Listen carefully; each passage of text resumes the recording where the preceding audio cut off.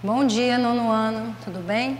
A nossa aula de ciências de hoje, nós vamos fazer a conclusão, do nosso livro 3, continuando aí o nosso capítulo sobre protegendo, a biodiversidade. Vamos lá? Hoje nós vamos falar sobre os corredores ecológicos, os mosaicos, e vamos concluir também a resolução de exercício, Então, primeiramente, o que são mosaicos, Os mosaicos, eles são formados de diversas unidades de conservação, que podem estar próximas, sobrepostas ou ainda lado a lado, a essa unidade de conservação. Atualmente, no Brasil, existem 14 mosaicos, entre unidades de conservação, que são reconhecidos oficialmente pelo Ministério do Meio Ambiente. Então, aqui nós temos uma imagem mostrando, esse mosaico de Mata Atlântica na Serra do Mar, ok? São essas formações aí, ó. Agora nós vamos falar sobre os corredores de biodiversidade. Qual o objetivo da criação, desses corredores? De unir áreas de fragmentos florestais ou de unidades de conservação. A função é permitir o fluxo de espécies entre essas áreas, o deslocamento da fauna, dos animais, e também a dispersão de sementes para a recolonização de áreas degradadas e também o aumento da cobertura vegetal.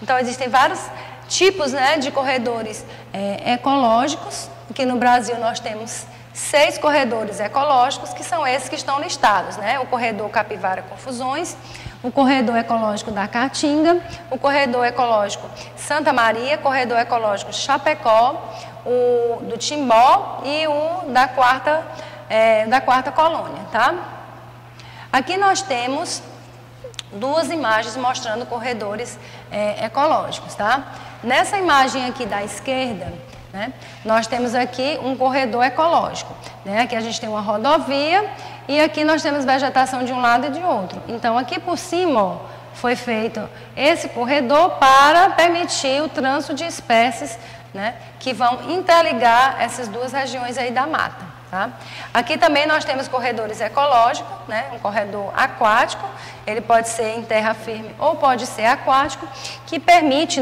também o deslocamento de espécies de um ambiente para outro, Também a dispersão de sementes, algumas sementes aquáticas e tudo mais, Agora nós vamos falar sobre sustentabilidade e economia, Então, para a gente conhecer, entender o conceito de sustentabilidade, é preciso entender que esse conceito se baseia em 3 fatores, O fator ambiental, o fator social e o fator econômico.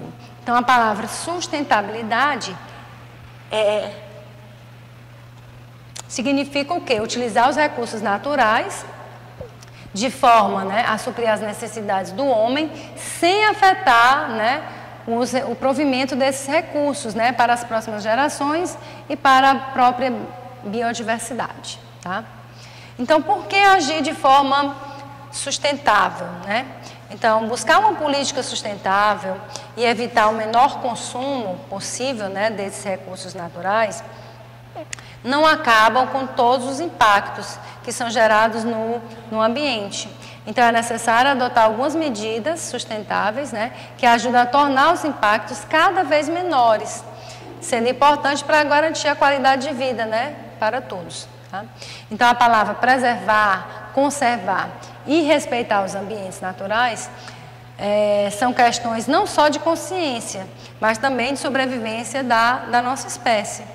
Porque se a gente não preservar, conservar e respeitar essa biodiversidade, a gente não tem mais espaço, não teria mais espaço nem como viver no planeta, Então, aqui a gente tem um slide que mostra o tripé da sustentabilidade, que nós vimos que ela abrange 3 conceitos, 3 referências, A questão social, a questão ambiental e a questão econômica, E no centro de tudo fica, o desenvolvimento sustentável, Pegando todas essas 3 esferas, social, ambiental e econômico, Agora nós vamos falar sobre educação ambiental, né? A educação ela é uma das ferramentas mais eficazes, né, gente, e promissora para proteger a biodiversidade. Por meio dela, né, dessa educação ambiental, ocorre a sensibilização do indivíduo, né, sobre os problemas ambientais atuais, de forma, né, que a primeira forma, né, de educação ambiental vai ser a conscientização, né, por meio da participação de escolas, de universidades, né, e de organizações não governamentais. Tá? Treinamento também de empresas, projetos independentes ou ainda um intermédio, né, por intermédio dos meios de comunicação de massa, programas sociais e também de campanhas educativas. Então, a educação ambiental, ela começa dentro da escola, tá? Estudando esses conceitos, né, de ecologia, de meio ambiente e conscientizando, né, as pessoas desde pequeno para que elas possam ter esse cuidado, né, com o meio ambiente, tá? Serviços ecossistêmicos, né? O que é que constituem, né? Constituem diversos benefícios que o homem consegue obter da natureza de forma direta ou indireta, né? E aqui a gente tem alguns exemplos, tá? Esses serviços, né, eles vão desde a provisão, da regulação, né, culturais e também de suporte, né? De provisão, nós temos os materiais que são fornecidos pelo ecossistema, né, que são consumidos, como frutos, né, a água, o petróleo, dentre outros, né, a madeira. Temos como serviço, né, ecossistêmico de regulação as funções que regulam, né, as condições ambientais naturais, como os vegetais que absorvem o gás carbônico, né, fazendo a fotossíntese, as florestas que auxiliam também no ciclo das águas, dentre outros. E os benefícios culturais, né, que são aqueles associados ao lucro, né, fornecido pelos ecossistemas, na questão do lazer, né, do descanso físico, descanso mental, né, a base, né, da pesquisa científica, dentre outros. E temos o serviço de suporte, né, que são serviços necessários para que os outros serviços possam existir, né, formação dos solos, a biodiversidade, o ciclo dos nutrientes, dentre outros, tá? Agora nós vamos falar sobre os serviços ambientais, ok? Esses serviços, eles são atividades, né, que o ser humano desempenha com a finalidade de recuperar, de dar manutenção ou de melhorar os serviços ecossistêmicos, tá? Como a ação de restaurações e um reflorestamento, né, em áreas degradadas. Tá? Nós temos aí, para esses serviços ambientais, o pagamento de serviços ambientais, que é o PSA, né?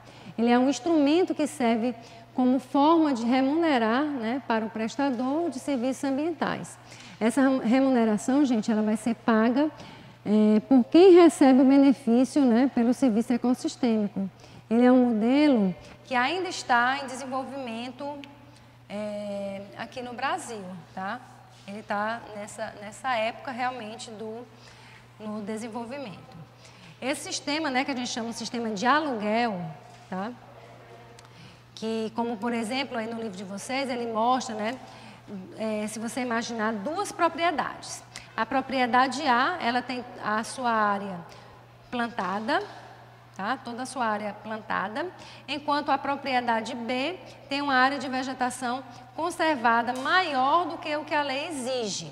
Então, o proprietário da área A, ele pode pagar para o proprietário da área B pelo fornecimento do serviço de conservação de uma parte de vegetação dessa área B, com a finalidade de quê? De compensar a área que o proprietário A teria que conservar em sua propriedade, porém essa propriedade dele já está desmatada. Então, esse sistema que a gente chama de sistema de aluguel, entre aspas, onde é possível compensar, né, o dano ambiental em uma outra área que não seja do proprietário, ele é um modelo que já existe em muitos países, mas que aqui no Brasil ele ainda está em desenvolvimento, ok? Temos o mercado de carbono, né? O crédito de carbono é uma representação de uma tonelada de carbono que deixou de ser emitida para a atmosfera, contribuindo para o não agravamento do efeito estufa, né? Já que o gás carbônico ele é o principal responsável pelo agravamento do efeito estufa. Esse mercado de carbono, gente, ele funciona como se fosse uma comercialização dos gases, né, de efeito, está faltando um ezinho aí, tá? De efeito estufa, que deixam de ser emitidos, tá? Então, dessa forma, as indústrias com os níveis de emissão muito altos e poucas opções para a redução podem sim comprar créditos de carbono como uma forma de compensar as suas emissões, tá? Essa comercialização ela pode ser feita por bolsa de valores, tá? Ou instituições negociadoras também, tá? Bom, agora nós vamos falar um pouquinho sobre a economia sustentável ou sustentabilidade econômica, tá? O que a gente chama de economia sustentável, gente, ela visa a utilização dos recursos naturais de forma consciente, né, sustentável, respeitando todos aqueles princípios da ecologia, tá? Ela tem como objetivo mudança de atitudes, né, mudanças de hábito das pessoas, né, que faz com que ocorra a geração de uma economia baseada na qualidade de vida dos indivíduos e associada ao respeito também à natureza. Então, a mudança de atitude, de hábitos, né, ela contribui para uma economia sustentável, né, com respeito à natureza. Temos a sustentabilidade empresarial, né? A prática dessa sustentabilidade empresarial, ela tem se tornado essencial, né, no desenvolvimento econômico, né, já que a gente está falando de economia sustentável, né? A exigência dos consumidores por empresas que adotem práticas sustentáveis é uma das melhores formas de incentivar, né, esse conceito de sustentabilidade empresarial e também é uma atitude que todo e qualquer cidadão ele pode tomar, tá? Tem uma seção aí do livro de vocês, na página 308, Interação, que vocês podem fazer uma pesquisa, né, que é justamente sobre esse assunto, né, planeje uma indústria sustentável, tá? Vocês podem fazer como atividade também. Bom, proteção da biodiversidade como estratégia de desenvolvimento, né? Conservar a biodiversidade, né, e a contribuição dos serviços ecossistêmicos podem também alavancar o desenvolvimento econômico e social do país, né? Se for reconhecida a importância da sua proteção e também das ações dos investimentos em conservação e de restauração, tá? Bom, nós temos como principais metas, né, e compromissos internacionais firmados pelo Brasil alguns conceitos. Nós temos aí a Convenção sobre a Biodiversidade pela Diversidade Biológica, tá? Essa convenção, né, foi um tratado que foi da Organização das Nações Unidas, né, da ONU, tá? Durante a ECO 92, né, que é a Conferência das Nações Unidas do Meio Ambiente e do Desenvolvimento, tá? Essa convenção ela estabelece que cada país do tratado se compromete, né, com a conservação da diversidade biológica, o uso sustentável dessa biodiversidade e também a distribuição igualitária desses benefícios, tá, provenientes da utilização dos recursos naturais, como espécies e até mesmo recursos genéticos.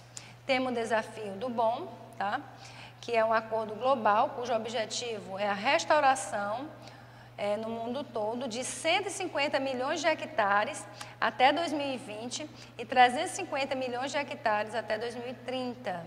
Tá? Depois vocês leem direitinho essas metas e compromissos que foram firmados. Tá? Nós temos também a Política Nacional de Recuperação da Vegetação Nativa, né, que foi criada pela Lei 12.651, de 2012.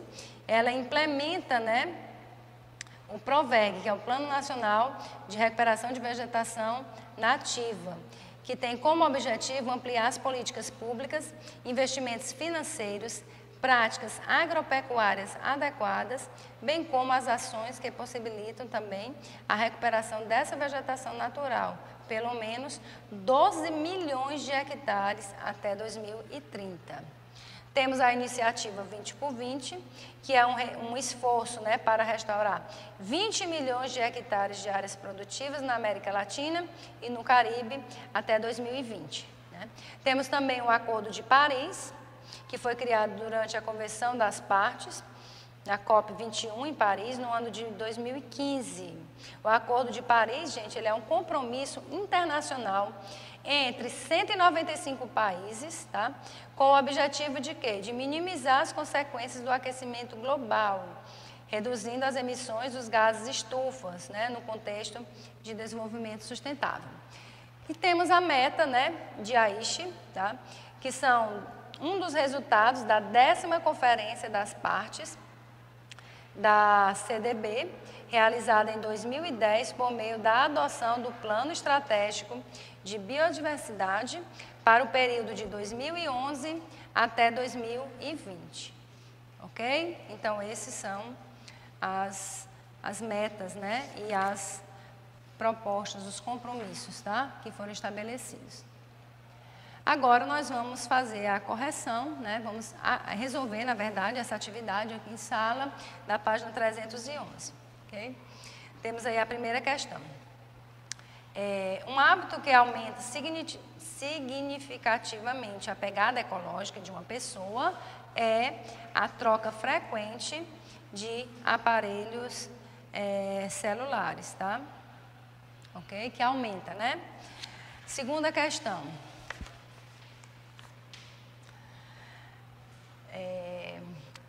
Para tentar modificar esse cenário, né, que no Brasil vários problemas socioambientais, um novo conceito tem ganhado força e espaço, o desenvolvimento sustentável. O uso dessa estratégia tem como finalidade propor, né, a conciliação do desenvolvimento com o meio ambiente. Tá? Terceira questão, os condomínios de apartamentos normalmente possuem dezenas de moradores e alguns equipamentos de uso coletivo. Tá? Avalie a seguir qual medida é adequada, pode ser facilmente praticada para reduzir tais custos e impactos nos condomínios, né? Seria captar água da chuva para lavagem de áreas sociais e também de calçadas. E a quarta questão, quanto à circulação e ao consumo nas grandes metrópoles, a medida ecopátrica adequada seria sempre que possível circular a pé, de bicicleta ou com transporte coletivo para diminuir a poluição do ar. Tá? Na seção atividades nós temos o que são áreas protegidas. No Brasil essas áreas podem ser divididas em duas categorias. Quais são elas? Né? São formas utilizadas para conservar e proteger a biodiversidade e também os recursos naturais. Né? No Brasil, essas unidades são divididas em de proteção integral e áreas de uso sustentável. Tá? Segunda questão, cite pelo menos 3 categorias pertencentes a cada um dos tipos que você citou na questão anterior. Então, a unidade de conservação de proteção integral, nós temos as reservas biológicas, os parques nacionais e as estações ecológicas. Nas de uso sustentável, nós temos a Floresta Nacional, a área de proteção ambiental e da Reserva da Fauna. Certo? Ok? Então, gente, a nossa atividade foi até a página 312, né? A 313, né? Ela vai como atividade de casa, tá ok? E a 314, tá bom?